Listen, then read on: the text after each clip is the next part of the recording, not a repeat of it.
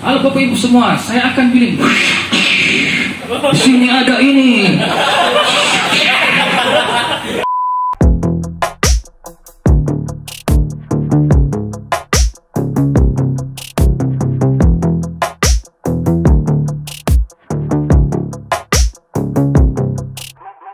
Oke, sekarang kita masuk. Yang pertama tadi kita bahas tadi apa? Paradigma. Paradigma atau sudut pandang. Apa tadi paradigma yang kita bahas? Apa tadi? Outbound versus. Oke, dari sini yang mana paling bagus? Yang mana yang paling relevan? Ya, berarti kita pancing ya, bukan kita berburu. Kalau bahasanya, bahasa ininya begini, apa namanya ini?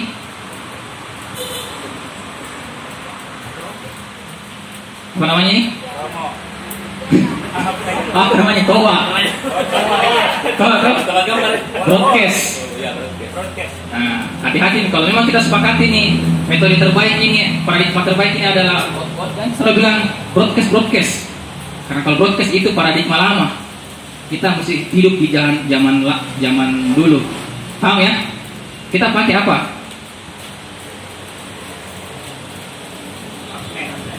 Nah, kita tarik orang. Jangan kita apa namanya? Sebarkan informasi, tapi orang akan cari kita. Paham ya di sini ya? Ngerti di sini kan? Oke, sebelum saya masuk di sini, satu kali lagi saya bahas lagi tentang yang namanya magnet sama ini. Berapa orang di sini? 100 lah ya. Kurang 40, kurang 50 jadi kurang 60 jadi 40 lah, 40 ya. Tapi karena puasa 10 30 lah ya. Di sini 30 orang. Masih terdengar suaraku? Masih? Kalau misalnya ramai nanti ini ramai nanti ini peserta sampai di sana di jalan, masih terdengar suaraku? Ya? Pakai apa, Wi? Pakai mic, pakai toa. Oke. Ini karena kita lagi training. Toh? Ini kita lagi training. Misalnya semua orang diskusi, terus mau bicara. Dia pakai mic. Rendah. Apa yang terjadi sama orang? Terganggu. Toh? Orang merasa terganggu. Kenapa terganggu? Karena ada orang masing-masing urusannya. Jadi bagaimana caranya supaya tidak terganggu? Ya, bikin perhatian. Masuk bilang begini. Halo Bapak Ibu semua, saya akan pilih. Di sini ada ini. Ya, lihat tuh. Pengalaman ini. Coba sini Pak, coba. Apa yang terjadi? Orang akan ke kita toh. Walaupun saya pakai mic, orang ke kita. Kenapa? Karena kita menggunakan kita lagi menggunakan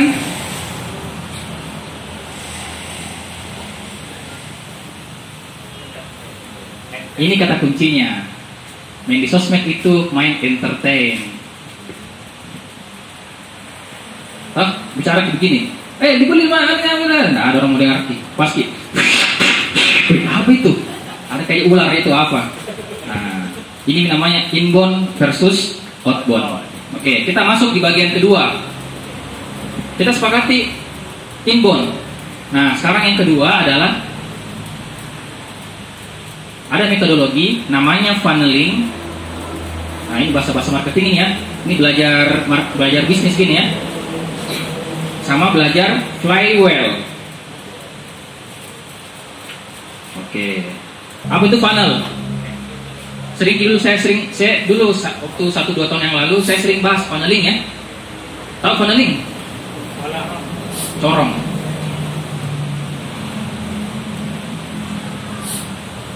Apa maksudnya? Teori dulu mengatakan bahwa kalau kita promosikan 1000 orang, 10.000 orang, yang tertarik cuman 1000, yang tanya-tanya 100, yang transfer 10. Jadi 10. Ini namanya teori funneling, bahwa kalau kita melakukan promosi itu pasti hanya 10% bahkan 1% yang closing. Itu metodologi funneling marketing. Namanya funneling. Mohon maaf, itu sudah tidak berlaku. Jadi yang kemarin belajar funneling zaman-zaman Facebook Ads, saya sudah ganti, saya sudah insaf, bukan ganti. Pas pandemi itu sudah berganti, berubah Ki. Sebenarnya sudah berubah sekarang, shifting bahasanya, shifting. Nah, sekarang kita perhatikan ya, kalau di sini itu hasil akhirnya namanya apa? Di sini terjadi customer. Kita menganggap bahwa orang yang membeli produk kita itu adalah yang paling di bawah. 10 orang inilah customerku. Jadi kalau ada saya promosikan sama orang saya, 10 orang itu customerku. Itu namanya metodologi. Nah, sekarang kita berubah menjadi inbound. Customer berada di tengah. Sekarang berganti, nggak jadi itu making traffic, making leads, sekarang berganti menjadi next. Nah, sekarang berganti menjadi roda. Simpelnya begini ya, biar nggak pusing, karena ini biasanya materinya agak-agak enak kalau pas sudah makan pisang goreng baru diserap gitu. Ini nggak ada pisang gorengnya, jadi agak-agak berat gitu. Simpelnya begini. Kalau dulu customer itu kita jadikan apa? Objek. Kalau sekarang customer itu harus jadi subjek. Sampai sini paham ya? Atau bingung? Coba yang bingung angkat tangan. 1. Oh, bingung semua. Bagus. Bagus, itu suka. Coba putar, coba tadi yang di atas sekali di awal materi. Lagi terus. Lagi. Oke, lagi. Siapa yang rekam ini? Hah? Siapa yang rekam ini? Orang lewat. Siapa yang foto ini? Siapa yang foto itu? Dibayar enggak sama pihak? Itu namanya attract. Jadi sekarang eranya bukan lagi kita mempromosikan customer. Customer yang promosikan produk kita dengan cara begini. Ini yang mau saya sampaikan. Ini namanya outbound. Ini namanya flywheel. Biarkan orang bahkan sekalipun tidak beli, dia promosikan produk kita dengan cara apa? Kita ciptakan. Nah, masuk akal nih. Oke, kita lanjut. Mulai panas. Jadi, apa bedanya dulu sama sekarang? Ini yang penting ini teman-teman ketahui ya, penting sekali. Karena ini apa ya bahasanya? Mazhab. Kalau bahasa agama itu ini mazhabku. Sekarang saya pakai. Next. Yang pertama, kalau kita melakukan aktivitas inbound marketing flywheel, tidak ada lagi istilahnya closing. Berat kita. Berat kita karena sesuatu baru ini kasih. Ini peserta ini. Berapa closingan hari ini? Berapa pesertanya? Kalau di inbound tidak ada namanya closing. Karena siapapun yang menikmati konten kita di Instagram, di TikTok, di YouTube itu adalah customer. Bukan lagi orang yang transfer uang. Paham Ki? Apa lagi? Gue tadi biar lagi dia duduk di situ merokok. Itu customer aku itu. Tidak belanja apa-apa. Kenapa? Karena dia berpeluang mempromosikan ke temannya. Misalnya, di mana beli pulsa di sini? Oh, di sana, sempat di sana nongkrong. Itu inbound. Itu sekarang ya. Yang kedua, tidak ada lagi ujungnya ini. Ini kan cari ujung. Itu sekarang tidak ada ujungnya, muter. Makanya saya bilang sekarang itu Bapak Ibu, teman-teman semua, jualan. Walaupun kita punya jualan tas, produk kita 2. 1, produk fisik, itu di produk tas. Yang kedua, produk virtual, yaitu konten kita di Instagram, konten kita di Facebook. Gitu. Paham sampai sini?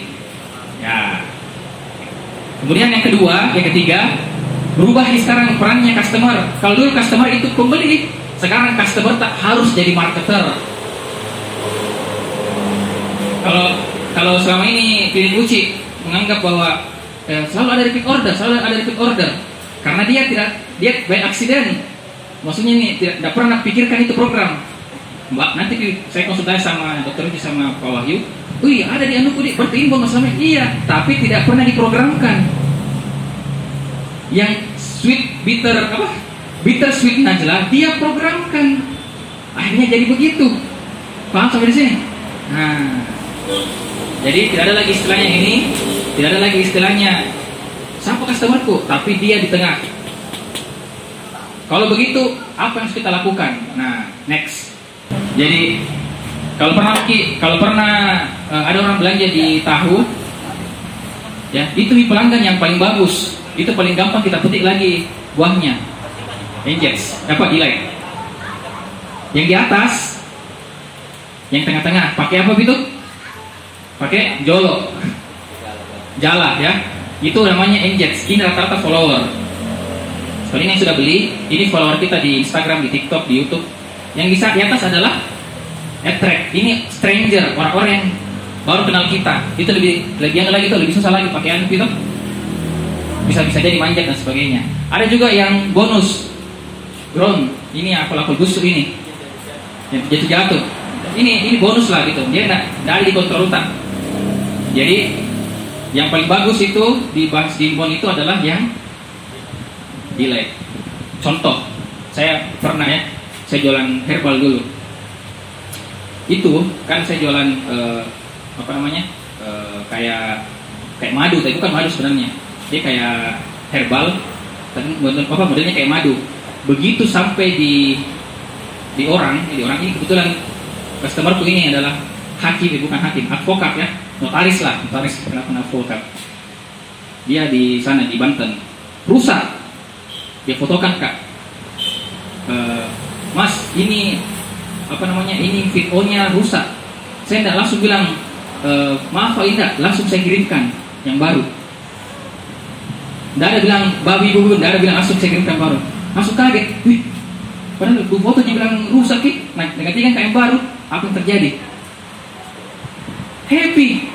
Itu yang pertama harus yang di-happy-kan itu adalah pelanggan tak dulu. Yang ini jangan dulu yang cari-cari dulu yang dikenal. Yang dikenali mau dulu yang happy, kasih happy. Karena dia berpeluang mencari orang-orang yang sama dengan dia. Itu. Makanya ada kontenku di Instagram, di TikTok. Pilih mana? Diskon atau bonus? Diskon ke pembeli baru atau bonus ke pelanggan yang lama? Pilih mana? Saya pilih bonus ke pelanggan yang lama. Karena dia bisa cerita kemana-mana. Itu logikanya, ya. Jadi perbaiki dulu yang namanya delay. Ada juga yang kedua, contoh yang kedua. Saya punya teman jualan buah di Samarinda. Nah, ini yang ngajari saya in one marketing. Dia punya SOP, dia punya program, namanya program delay. Dia programkan adalah kalau ada anak-anak lewat, anak-anak kecil sama mamanya, ya. Ini SOP-nya kantornya. Setiap ada orang tua dan anak yang lewat, anak-anak misalnya usia 3 tahun ke bawah, langsung sapa dia, ajak main dan kasih buah gratis. Apa yang terjadi sama mamanya? Wih, bagusnya di sini. Wih, anunya di sini. Akhirnya dia cerita ke teman-temannya. Bawa anaknya juga. Bawa juga anaknya. Tapi nggak apa-apa kok, yang penting banyak kok. Karena dia diperlakukan ke anaknya dengan akrab. Gara-gara begitu sih. Nah, itu ya. Jadi hal-hal begini itu sebelum kita bicara platform, hal-hal begini itu yang penting. Next. Ya, jadi begini. Customer tak attract itu kita pick up. Contohnya tadi yang di pick up apa? Yang tadi itu yang jajar itu ojol toh. Kan itu orang terpikat. Apa ini? Ramenya, kenapa bisa begini? Gitu. Kemudian yang kedua, saya sudah apa aku di IG-nya itu Bittersweet by Najla. Oke, saya follow. Apa yang saya lakukan? Saya bikin nyaman. Saya harus bikin konten-konten yang berkualitas sekali. Pokoknya dia harus terserah dia mau ketawa kek, dia mau galau kek. Pokoknya konten-konten itu yang menginspirasi sama dia. Apalagi kalau jadi customer, saya harus dibahagiakan dia. Akhirnya itu begini nih. customer di tengah, dan habisnya. Dan ini biaya iklan murah. Next. Nah, berarti tugasnya ini selesai ya, materi terakhir. Tugasnya adalah, kalau teman-teman sudah sepakati kita pakai inbound, kita pakai flywheel, lakukanlah. Programnya apa? Programnya apa? Kontennya apa? Contoh, ini sama ya, Bittersweet mainnya jelas. Program saya adalah dessert on the road. Apa itu? Bagi-bagi bukan bagi takjil, bagi-bagi produk. Tapi dikasih kemas sebagai konten, buatkan konten di TikTok. Coba lihat TikToknya, bagus sekali.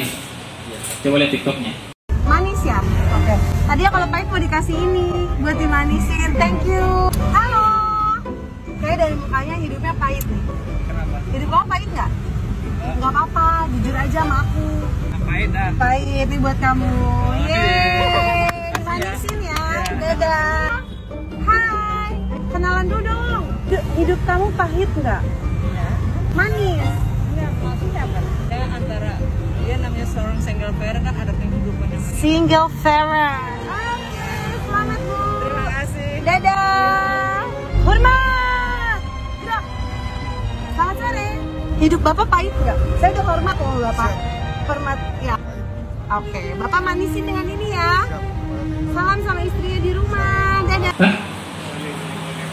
Dibuatkan konten. Hidupmu, saya akan kasih orang yang hidupnya pahit, dimaniskan dengan anuku, dengan produkku. Oh, jadi viral itu Pak, di TikTok jadi viral ini sampai 3 part, dan orang-orang di situ aware. Ih, ada itu bagusnya, lucunya itu dibilang tren. Ini namanya inbound. Cara tidak biasa ya. Nah, next. Sudah nih, manis-manis. Kenapa saya sarankan main TikTok? Ya, kenapa saya sarankan main TikTok? Teman-teman itu main TikTok mau bukan kami joget-jogetnya. Karena TikTok itu pertama biaya marketingnya murah.